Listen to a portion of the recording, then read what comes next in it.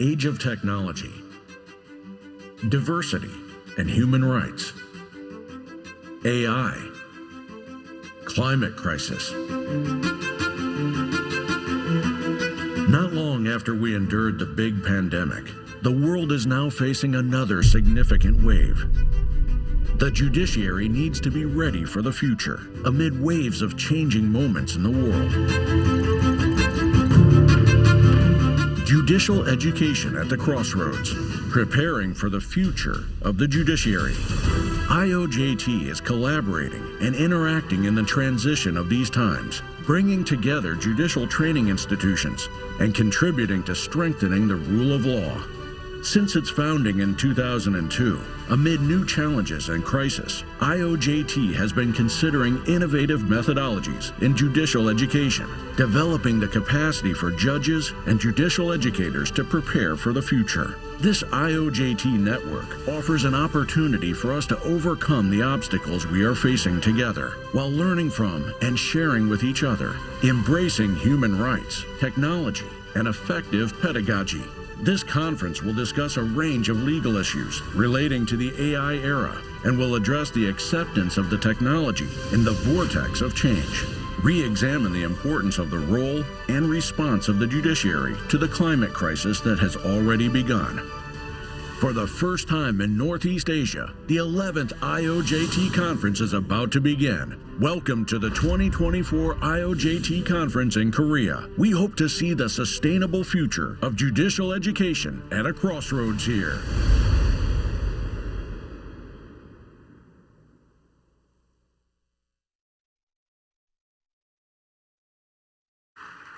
Thank you. Ladies and gentlemen, esteemed guests from near and far, welcome to the 11th International Conference on the Training of the Judiciary.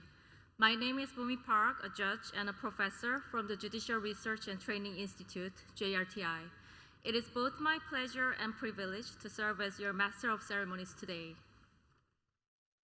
To commence our proceedings, it is my honor to invite Honorable Kwon Ki-hoon, President of JRTI, and also the President and Chair of this 11th Conference, to deliver the opening remarks.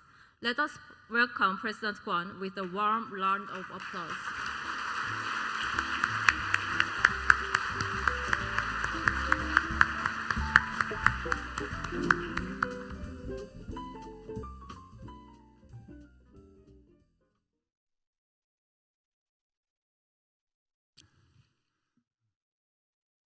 Honorable Chief Justice of Korea, esteemed Justices of Supreme Court and Constitutional Court of Korea, and President of Korean Bar Association, and distinguished guests from both Korea and around the world, ladies and gentlemen, good morning. It is my great pleasure to welcome all of you to the 11th IOJT International Conference here in Goyang, Republic of Korea. I extend a special welcome to the more than 200 international participants who have joined us from over 50 countries around the world, as well as to the approximately 260 Korean participants attending throughout this four-day conference. Your presence here today is a testament to our shared commitment to advancing judicial education globally. I would like to express my sincere gratitude to Chief Justice Jo Hee-dae and all our distinguished Korean guests for honoring us with your presence. Your support highlights the significance of this event for both the international judicial community and Korean judiciary. I also wish to extend my deepest thanks to IOJT President Adel Kent and Secretary General Mary McQueen for their leadership and tireless efforts in strengthening global judicial training. Their dedication ensures that IOJT continues to thrive as a forum where judicial education leaders can exchange ideas, share experiences, and shape the future of the judiciary together.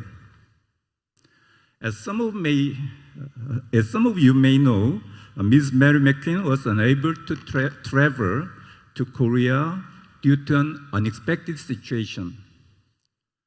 I would like to take this opportunity to send her our best wishes and express our hope to see her in the near future. As president of the Judicial Research and Training Institute, I am proud to host this prestigious conference for the first time in Northeast Asia. Since its founding in 1971, JRTI has played a pivotal role in judicial education in Korea, as well as in fostering international judicial cooperation between the Korean judiciary and foreign counterparts. This conference, held under the theme Judicial Education at Crossroads, Preparing for the Future of the Judiciary, provides us with a unique opportunity to reflect on the challenges facing our legal system and explore innovative approaches to judicial training.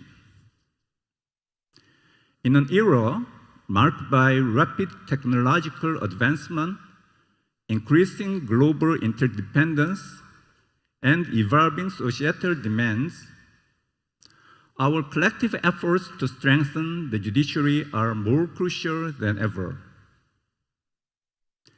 As we embark on discussions over the next few days, let us remember that our work here is not merely about advancing judicial education.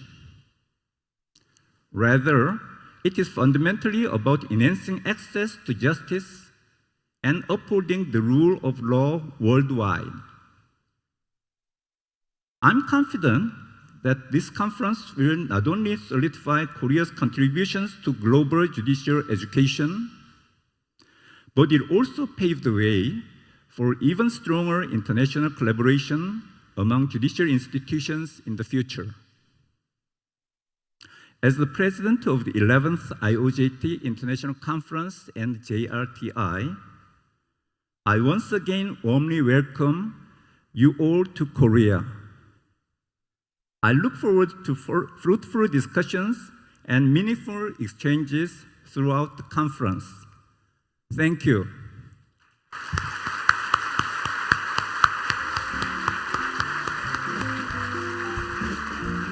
Thank you for those insightful words that highlight the importance of this gathering.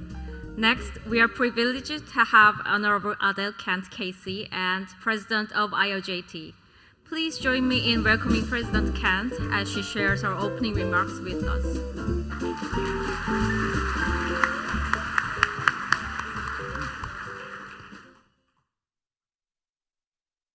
Thank you very much, and thank you, President Kwon, for those wonderful remarks. Well, welcome again to the 11th Biennial Meeting. It's wonderful to see you all here.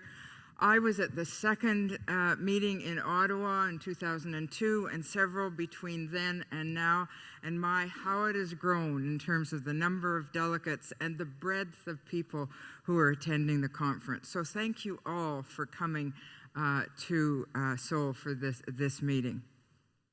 All of you are here to learn, to exchange ideas, make friends, all in aid of strengthening judicial training around the world, which in turn strengthens the judiciary, and that in turn builds confidence amongst all of our citizens in the rule of law, such a fundamental and important goal.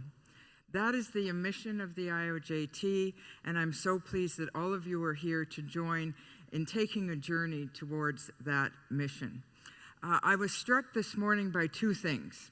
First of all, that wonderful video that we all saw about the themes for the conference. We are entering some very challenging times with very challenging issues ahead, but I know as we were planning this conference that we're going to have some dynamic and important discussions about those issues. So I'll say no more because you saw it all on the video. It was wonderful. Also, you all were here, or most of you were here when we took the photo of the faculty and presenters. it filled the stage. So thank you to all of those people for making the commitment not only to attend, but to share your knowledge and your ideas with your colleagues. IOJT has over 100 member institutes from around the world. If any of you are from institutes that are not yet members, and I stress the yet, please check our website, which explains the criteria for membership. Or better yet, since we're all here together, approach any of the board members who are here and talk to them about becoming a member. There is an annual fee. However, I want to stress that it can be waived in whole or in part if a particular institute is new or developing and is unable to manage the whole fee. I'm also pleased to report that this year we have 12 recipients of scholarships. So the fee money that has been paid by our members was able to support the attendance of 12 trainers, judges, leaders of institutes from around the world to come and join us. So I'm so pleased that they could all be here with us today. I don't want to put anyone on the spot, but if anybody wants to volunteer, who is one of the scholarship holders, it would be wonderful to see you. I see a couple of hands. If you're sitting near to one of our scholarship holders, introduce yourself. You may have a coffee, have a meal together. What a wonderful way to increase our joint learning. I'll say more about the scholarships at our annual General Assembly on Wednesday. It is our hope and expectation that we will continue to offer these scholarships for each conference. Finally, I want to say some thank yous. First of all, to the board. So the board is sitting up in the front couple of rows. It's all volunteer work. They work hard during the conference. We had 2 days of meetings before the conference and between the sessions.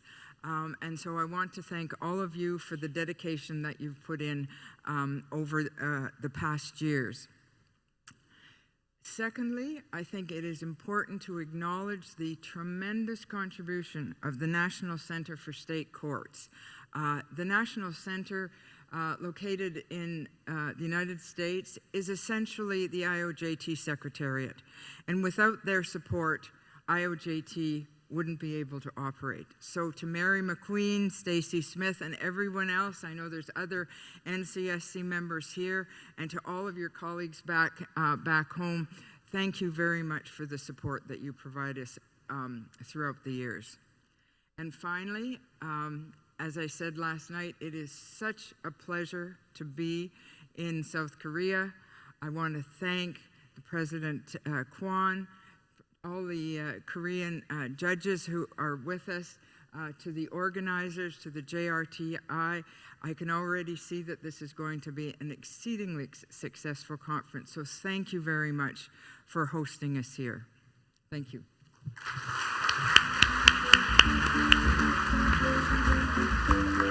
Thank you, President Kent, for your inspiring words and the leadership you bring to the IOJT's mission. It is now my honor to introduce our Honorable Jo Hee-dae, Chief Justice of the Supreme Court of Korea, who will share words of welcome.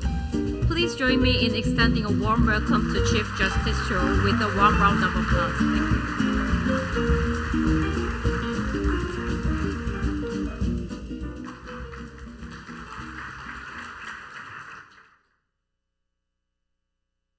존경하는 IOJT의 아델 켄트 의장님, 메리 맥퀸 사무총장님을 비롯한 IOJT 관계자 여러분, 그리고 이 자리에 참석해 주신 세계 각국의 사법 관계자와 내외 귀빈 여러분, 오늘 대한민국의 유일한 법관 연수기관인 사법연수원이 제11회 IOJT 국제 컨퍼런스를 개최하게 된 것을 진심으로 축하드립니다.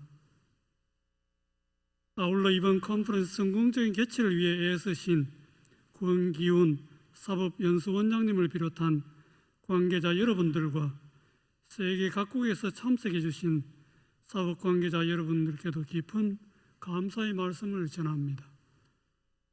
IOJT는 2002년 설립 이후 전 세계 사법교육기관의 활동을 지원하며 법치주의를 확립하는 데 크게 기여해 왔습니다. 이번 컨퍼런스는 IOJT의 지난 20여 년의 발자취를 되돌아보고 이를 발판으로 새롭게 사법연수원의 미래를 설계한다는 의미에서 기로에 선 사법교육, 사법의 미래를 위한 준비라는 대주제하에 진행됩니다. 40개국에서 120여 명의 연사가 참여하여 사법연수기관의 역량 강화와 협력, 디지털과 인공지능 시대의 사법연수뿐 아니라 인권과 다양성, 기후위기 등 사법부가 당면하고 있는 주요한 과제들에 대해서도 심도 있는 발표와 토론이 펼쳐질 것으로 기대됩니다. 사법연수기관의 역량 강화와 협력 세션은 각국의 사법연수기관들이 경험과 정보를 공유하고 서로 긴밀히 협력하여 법관들이 변화하는 사법혁명에 효과적으로 대응할 수 있는 연수 기반을 마련하는 데 중요한 역할을 할 것입니다.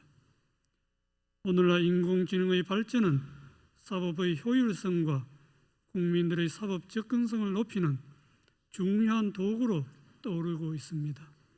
그러나 사법 분야의 인공지능 도입이 가져올 편향성 등의 부작용은 최소화하면서 인권을 존중하고 헌법 정신을 실현하는 방향으로 활용하기 위해서는 역설적으로 법관의 역할과 이를 뒷받침하는 사법연수의 중요성이 그 어느 때보다도 강조되어야 할 것입니다.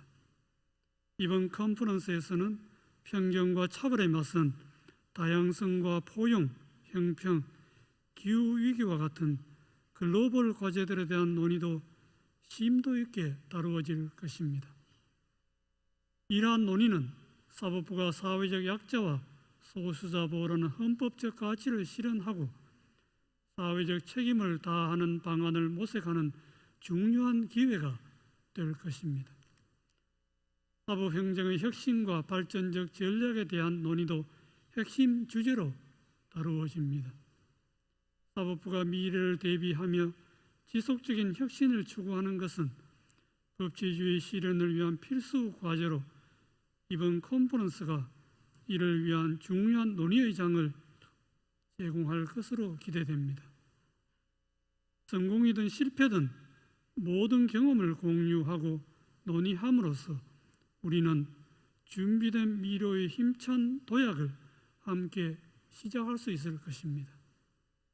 모쪼록 이번 컨퍼런스가 전 세계 법관과 사법 관계자들이 경험을 나누고 지혜를 모아 공동의 목표를 향해 치열하게 고민함으로써 사법연수의 미래를 준비하는 뜻깊은 시간이 되기를 바랍니다. 끝으로 이번 컨퍼런스의 성공적인 개최를 다시 한번 축하드리며 이 자리에 참석하신 여러분들 모두의 건강과 행복을 기원합니다. 아울러 세계 각지에서 오신 사법 관계자 여러분들께서는 여기 머무시는 동안 대한민국의 아름다운 가을 정치를 마음껏 느끼시길 바랍니다. 대단히 감사합니다.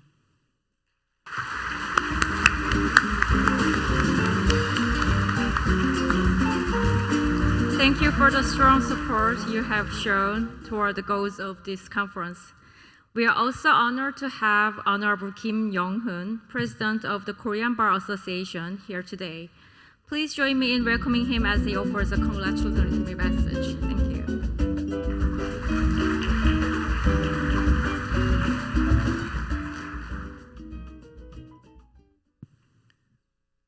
예, 안녕하십니까. 대한변호사협회 협회장 김영훈 변호사입니다.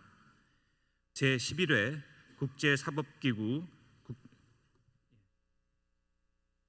국제사법연수기구 국제컨퍼런스의 개최를 축하드리며 오늘 컨퍼런스를 공동으로 주최해 주신 사법연수원과 국제사법연수기구의 노고에 감사드립니다. 이번 컨퍼런스는 동북아시아 최초로 대한민국에서 국제사법연수기구의 컨퍼런스를 개최한다는 점에서 더욱 특별한 의미가 있습니다. 이렇게 뜻깊은 자리에 함께할 수 있어서 매우 기쁘게 생각합니다. 기술 발전으로 인한 급속한 사회 변화는 사법 영역에도 많은 영향을 미치고 있습니다.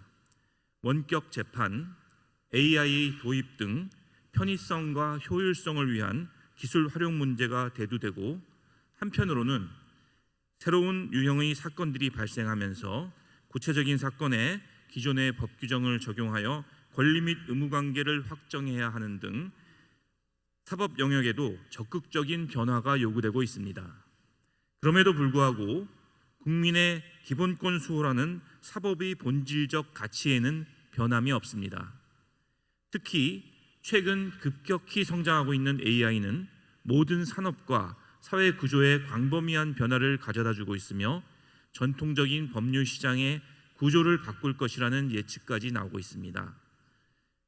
그러나 AI는 기술적 수단에 불과한 만큼 법조인으로서의 직업 윤리를 준수할 것을 기대할 수는 없고, 데이터를 임의로 조작하여 답변할 수 있어서 진실성을 담보하기 어렵다는 문제도 제기되고 있습니다. 또한 AI 관련 기업이 사익 추구에 몰두한 나머지 인권과 사회 안전 등 소중한 가치를 희생시킬 위험도 존재합니다. 이러한 우려를 불식시키고 법률 시장, 나아가서 사법부에서 AI가 올바르게 활용될 수 있으려면 그 전에 충분한 논의와 준비가 필요하다고 할 것입니다. 이러한 관점에서 기로에선 사법교육, 사법의 미래를 위한 준비를 주제로 전 세계 각국의 법관을 비롯한 사법 종사자들이 모여서 미래 사법제도의 발전과 사법 교육의 방향을 모색하게 될 이번 컨퍼런스는 매우 의미 있는 시간이 될 것입니다. 마지막으로 오늘 컨퍼런스 개최를 위해 써주신 모든 분들께 감사의 인사를 드리며 모든 분들의 건강과 행복을 기원합니다. 감사합니다.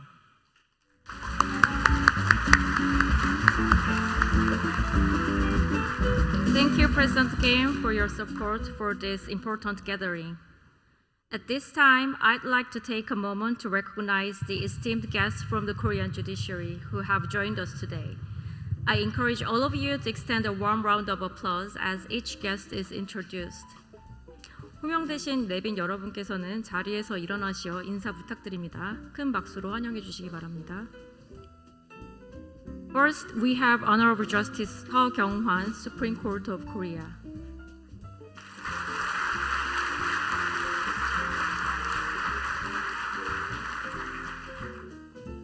Next is Honorable Justice Chung Jung-mi, Constitutional Court of Korea.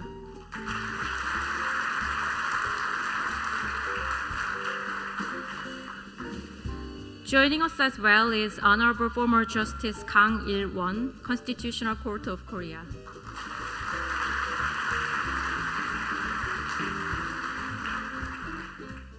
We are also honored by the presence of the Honorable Kim Sun-soo, former Supreme Court Justice and endowed chair professor at JRTI.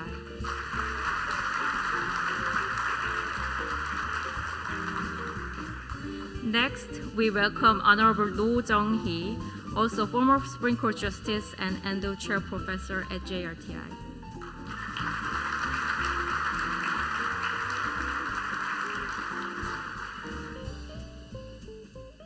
Now we are privileged to have Honorable President Park Hyung-nam of the Judicial Policy Research Institute.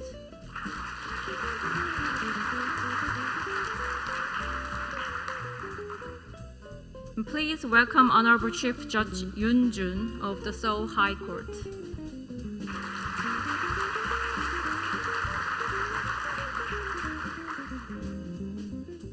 Joining us, Honorable President Moon Dae-young of the Training Institute for Court Officials.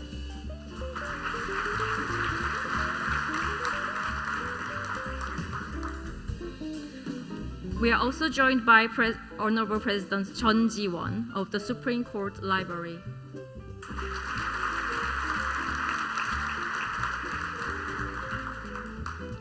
Here with us as well is Honorable Chief Judge Kim Jong-jung of Seoul Central District Court.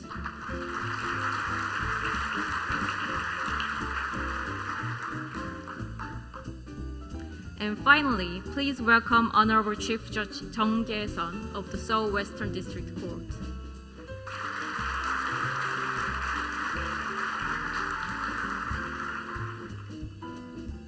But now it is time to invite Dr. Ralph Van Ransbeek, Deputy Secretary General of IOJT, for a brief announcement on the General Assembly taking place on Wednesday.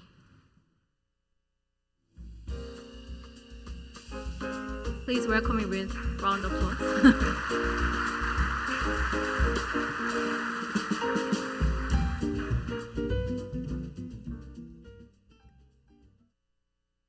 Thank you very much, Dr. Park, for giving me the floor. Dear friends, dear colleagues, dear distinguished and honorable guests, it's indeed for me a big honor to go with you through the election process that we will face on Wednesday morning. As you know, on Wednesday morning we have the General Assembly of the IOJT, and 4 positions were declared open, positions for election, and that's the position of Secretary General, the position of Treasurer, position of Regional Deputy President for Africa, and finally the position of Regional Deputy President for North Central America and the Caribbean. What will be the process? The Nominations Committee will conduct from tomorrow on different interviews. These interviews will be held on Tuesday afternoon. At the General Assembly, Wednesday morning, the Nominations Committee announces the chosen slate of the candidates, and each candidate will have the possibility to make a brief statement to the General Assembly if they want. There will be also announcement of the Nominations Committee of the result, of course, the result of each vote. Please be aware that you have to pick up your voting card before the meeting. You can pick up this voting card before the meeting between 8 o'clock and 8:45. If you wouldn't have registered yet, you always can contact Mrs. Stacy Smith. Stacy Smith is sitting there and she's raising her hand. If you would have any problem or any question, you could go to Stacy and she will be there to help you to sort this out. So, ladies and gentlemen, the agenda looks great. But before I step down, I also want to invite our president, Mrs. Adal Kant, because she wants to share something with us.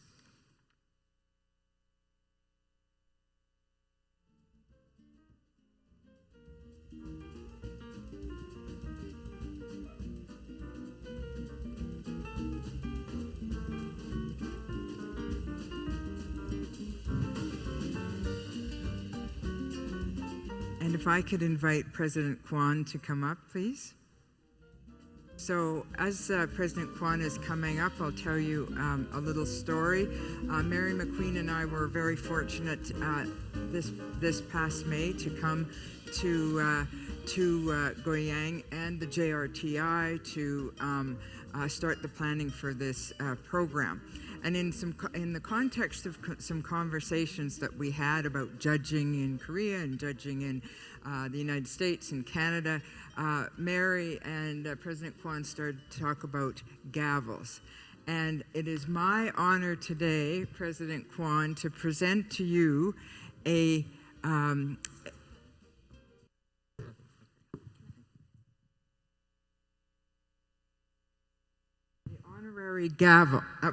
honorary gavel for you to have at the Institute. And just for everybody, it's in a beautiful box. It is engraved with I don't have my glasses with me, but I can see that there's writing there about the JRTI. And we don't use gavels in Canada, but I've seen enough TV to know that there's a podium to use with the gavel. So it's with real pleasure that I present this to you on behalf of the IOJT. Thank you.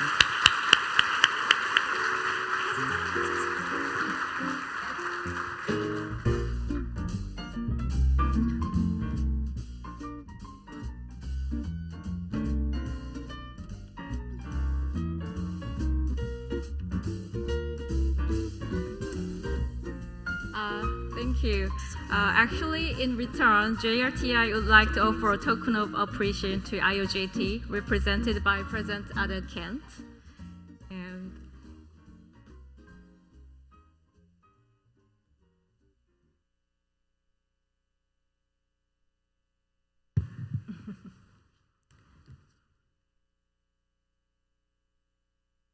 so we are honored to present to IOJT this piece titled A Room of Quiet Contemplation. Within this snow globe are two statues of pensive Buddhas, each a designated national treasure of Korea, created in the early 7th century. In the Room of Quiet Contemplation, we hope that members of IOJT, along with JRTI, can find inspiration to continue advancing the judiciary with depth and insight.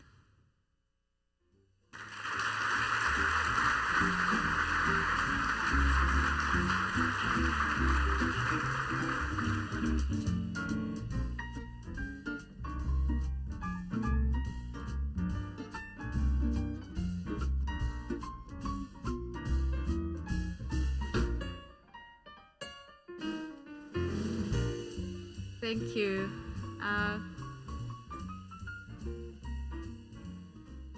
Thank you. This concludes the opening ceremony of the 11th International Conference on the Training of the Judiciary. Thank you for joining us, and we look forward to a fruitful conference ahead. We will now transition to our first plenary dialogue session. The stage will be prepared momentarily. Thank you for your patience. Stay tuned.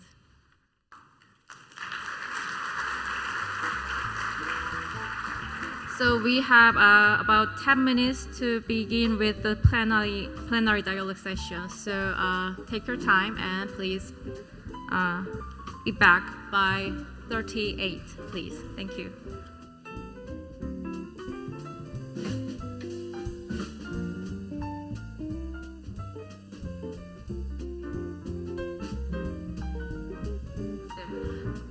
한국 사람들, 우리나라 사람. 혹시 아직 리시버 못 받으신 분들은 우리 회의장 밖에서 지금 나눠주고 있으니까 받아서 들으시면 될 것 같습니다. For those who haven't yet received the receivers, we prepared the receivers outside the venue, entrance at the entrance of the venue, so you can pick up your receiver at the entrance. Thank you.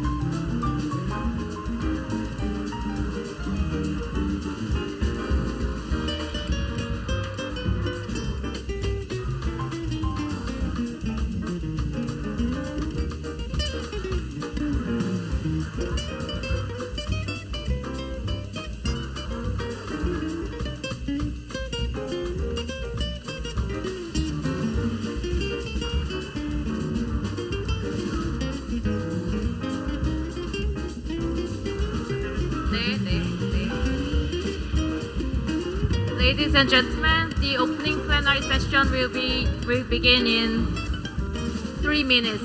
So please be seated. For those who are outside the venue, please proceed into the conference room and be prepared for the conference.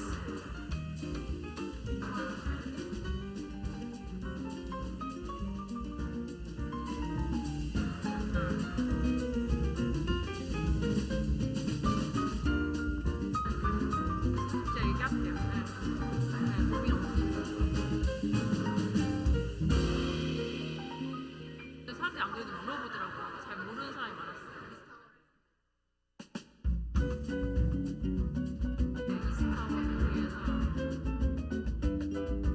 Register for the jail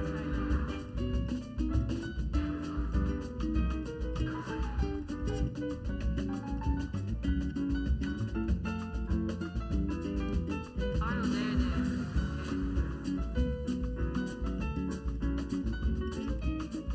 네네, 지금 할게요.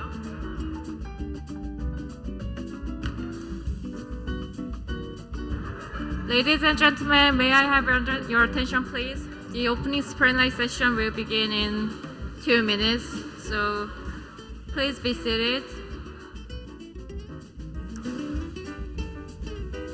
And as we already had the photo session for the moderation speakers, I think we wouldn't have to be proceeding with the other photo session after the plenary session. So after your coffee breaks, please return to this conference room.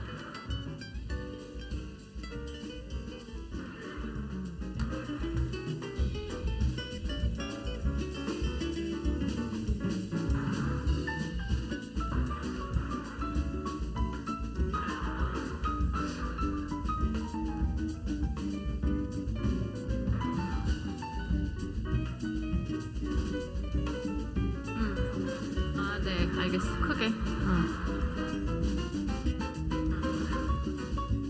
5시 반에. 네. 곧 끝나고 하면 되겠죠? 끝나고 하는 게 낫겠죠? 이거 끝나고, 그쵸? 네. 그때 이제 이거 먼저 하고, 그 다음에 Thursday 그거 얘기하고 이러면 될 것 같아요. 그 다음에 아까 링크를 다 이렇게 안 했어.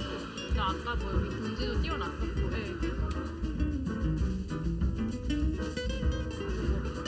저녁 먼저 하고 목요일 for those to check out on Thursday.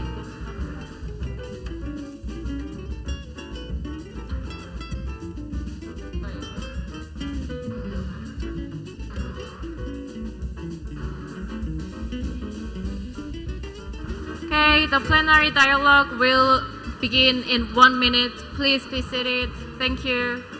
Thank you for your cooperation.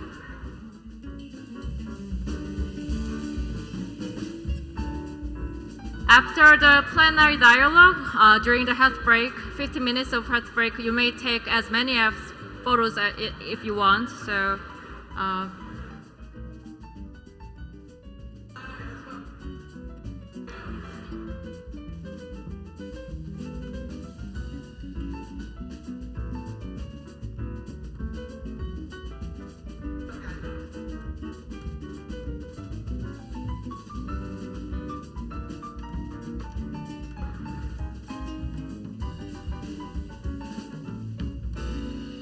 thank you. We will start the opening plenary now. Thank you.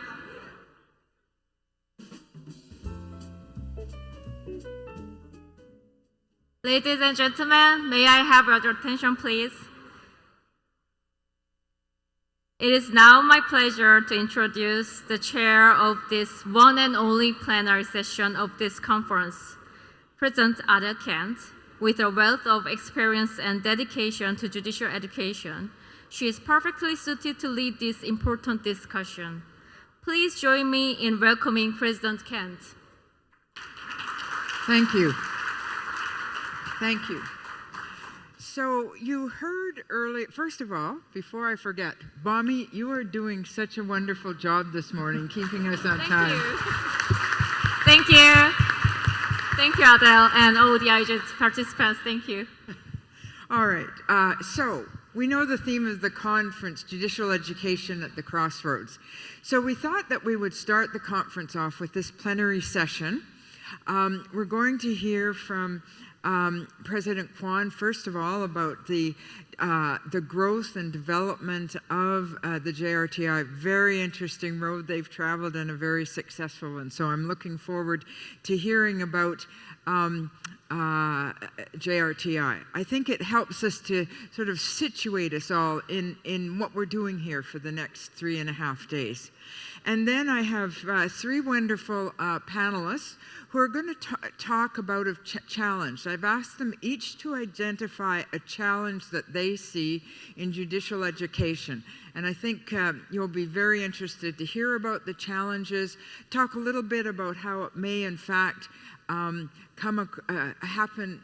more than just in their jurisdiction, and hopefully starts to seed the conversations that you have either formally or informally throughout the next few days. Now, I'm going to do the NJI Canada style of introductions, which is very sparse. We do that so that we have maximum time for our panelists and speakers and presenters to present, because that's obviously the value. And of course, if you haven't flipped through this beautiful program yet, you'll know that there is a short bio on each of the speakers there. So let me go down the row and introduce people. We have President Kwan. No more introduction is necessary. You gave such a wonderful presentation this morning. And next to President Kwan is oh gosh, I just lost my pages, so bear with me for a moment. Next is Justice Elisa Samuel Boerenkamp from Mozambique. Justice Boerenkamp is the Director General of the Center for Legal and Judicial Training in Mozambique. And next to Justice Van Beek is, Justice Raf Van Beek from the Brazilian Judicial Training Institute, and as you heard earlier today, is the Deputy Secretary General of the IOJT. And finally, furthest from me is Mira Gur-Ari, and Mira is the Director of FGA's International Office. Says she's in Washington, D.C., but as far as I can tell, she's never in Washington, D.C. She's always someplace else in the world. So that's our panel. And I would start by inviting President Kwan to make a presentation.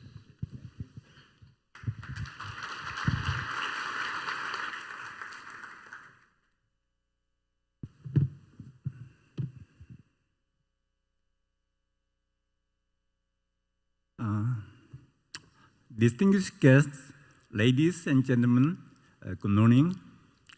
I am Kwon Gi-hoon, President of the Judicial Research and Training Institute of Korea, as you know. It is a great honor to be the first speaker at the plenary session of this 11th IOJT International Conference.